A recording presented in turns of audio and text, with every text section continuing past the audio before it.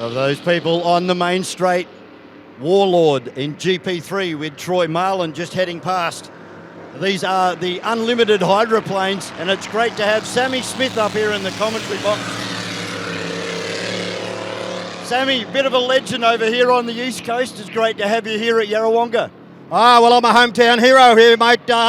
This is my track when I was a kid, running around on the foreshore, straight across the road from these things, and that's why I got how I got interested in powerboat racing, and to be able to call these all over, well, virtually all over the world, Canada, America, New Zealand, Australia.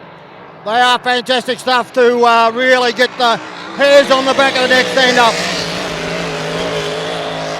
And I guess you've seen the technology evolve in these boats over the years, from something like Warlord GP3 and of course GP1, but then we go right back to Aussie Connection. Yeah, well, I was fortunate when we were in America at Detroit, 12 of them Rolls-Royce Merlins fired up on the bank, and the crowd just went ballistic. Over there in America and in New Zealand, they don't run 510s, they run 468 with the 871s. They're pulling close to 170 mile an hour. These 510s are probably about 180 to 190 mile an hour. Now that's unbelievable speed as Warlord gets out of it. So hopefully not an issue there for Troy Marlin. He got out of it very, very quickly. Trying to find out, there he is. Aussie Connection coming up towards turn number 2. And this is a fantastic boat. There's a lot of history behind Aussie Connection.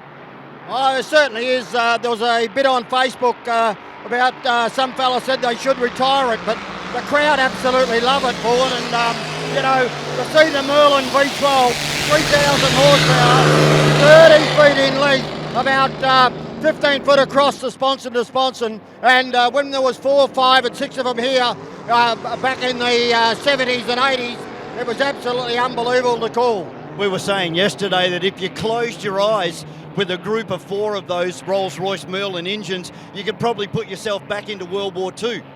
Oh, without doubt, the World War II Spitfire motors, of course. A guy over in America, when I was over there, I was talking to him, and he bought a container full of Merlins. He said, I love the old V12s, the Rolls-Royce Merlin, and so this container came up. How many was in it, I don't know, but there was quite a few, and so he bought the lot. We're just saying that the height of the spray caused by when they turn, they've got the skeg on the left-hand side, and we've seen a big bit of black smoke come out of Aussie Connection there. Hopefully it keeps fired. Yeah, well, that skeg on the left-hand side,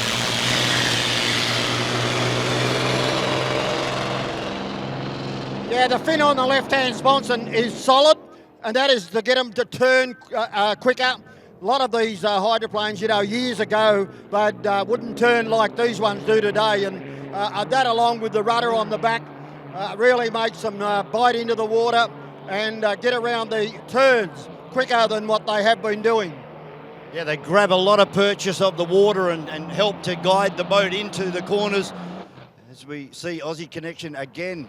Oh no, he's on and off the gas, so maybe just trying to keep that boat running and heading it back into the pit area, as this was a warm-up for what is to come later on this afternoon.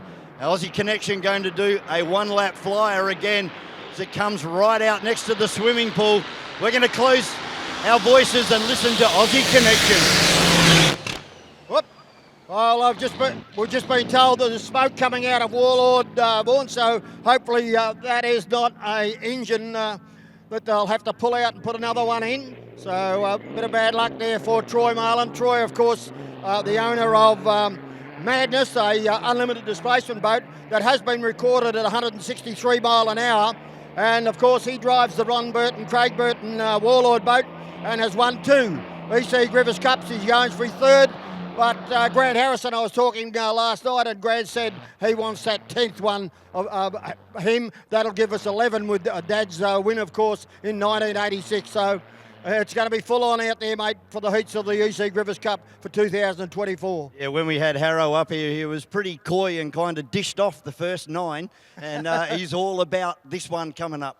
Well, you know, as we get, and I'm the same, as we start to get longer in the tooth, you know, things get harder and harder. And, yeah, of course, he'd say that. But they've been a great campaigner, the Harrison family. Melton Toyota, you know, they've got plenty of businesses down there and down in Warrnambool. And they've been absolutely great for the sport. And Keith Harrison, well, he was an icon. He had a boat called the Rat. And it was a KT boat, and he won the cup, as I said, in '86. Yeah, so what they've done for the sport, you know, is just unbelievable. So hopefully we can get all these boats out on the water for the heats and the final, and it should be full on, mate. Yeah, looking